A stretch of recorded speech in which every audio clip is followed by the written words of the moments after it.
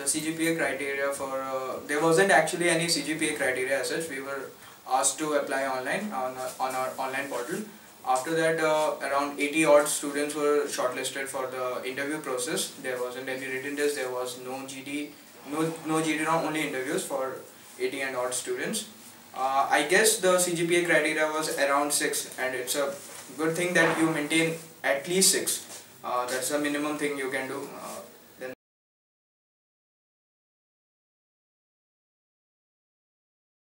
Then after that, the interview was conducted for around 2 days. My interview was scheduled on the first day. Uh, it was one-on-one interview. The panel was only one member. He was in the panel.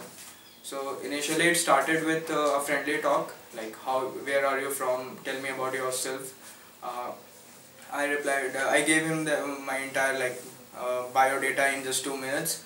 I was born in a place called Shakti Nagar and all that.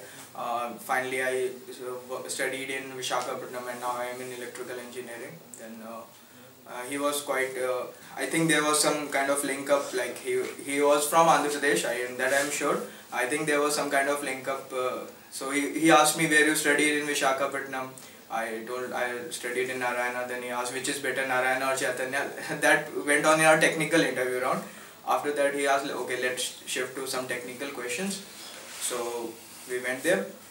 He asked me about he saw my resume, so he found out that I'm doing a project on induction motor. So he asked me what is an induction motor and how it works. So I replied that induction motor is basically it works on the induction principle. All the basics, how it starts. Just the first paragraph of any electrical machinery book is a must for every interview. That is very, you have to do it. Then after that, the second question they asked me was which language you are comfortable with. I replied CPP. I was willing to say English, but they told me it is obvious that you have to tell CPP or C. So they asked me simple basic questions like what is the difference between C and CPP. So it's the difference between OOPS. CPP is object oriented programming. Then they asked me some questions of data structures. Then he asked me some question like how will you reduce the power losses on a transmission line. This can be done. I replied that this can be done by we transmit the power on a high voltage side. So I guess this might be the answer, but I am not sure whether, because he never told me what is the answer. Then after the interview I came back. Immediately he followed me because I was the last person to be interviewed. So and they were very tired. They had to go for dinner and all. So he immediately followed me and he told me that you are selected for the next round. The next round was next day. My HR. It was around in afternoon. So it was also a one-on-one interview. First they asked me again the same question. Tell me about yourself. I told that again. I gave the same answer. Some questions for HR is a must, like tell me about yourself, your strength and weakness. They asked me my strength and weakness also. I don't remember my strength, what I said actually.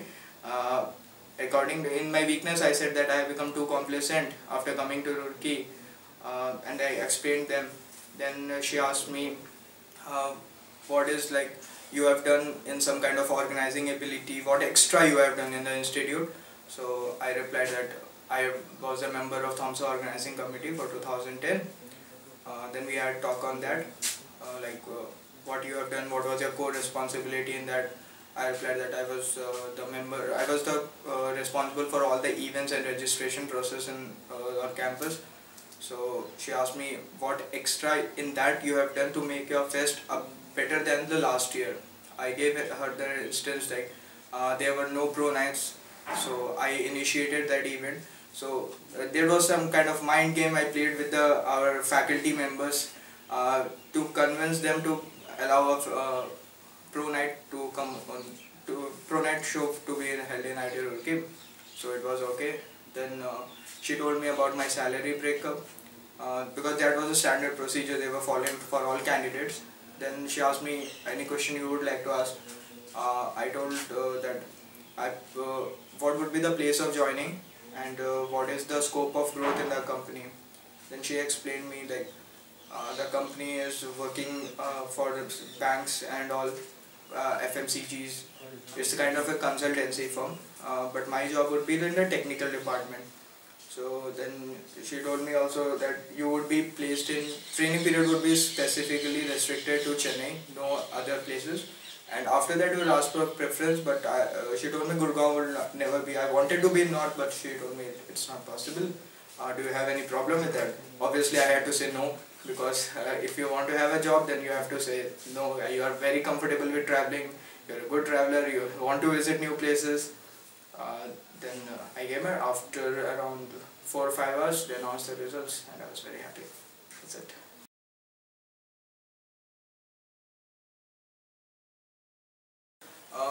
As tips, I would like to suggest for students to be very strong on aptitude part.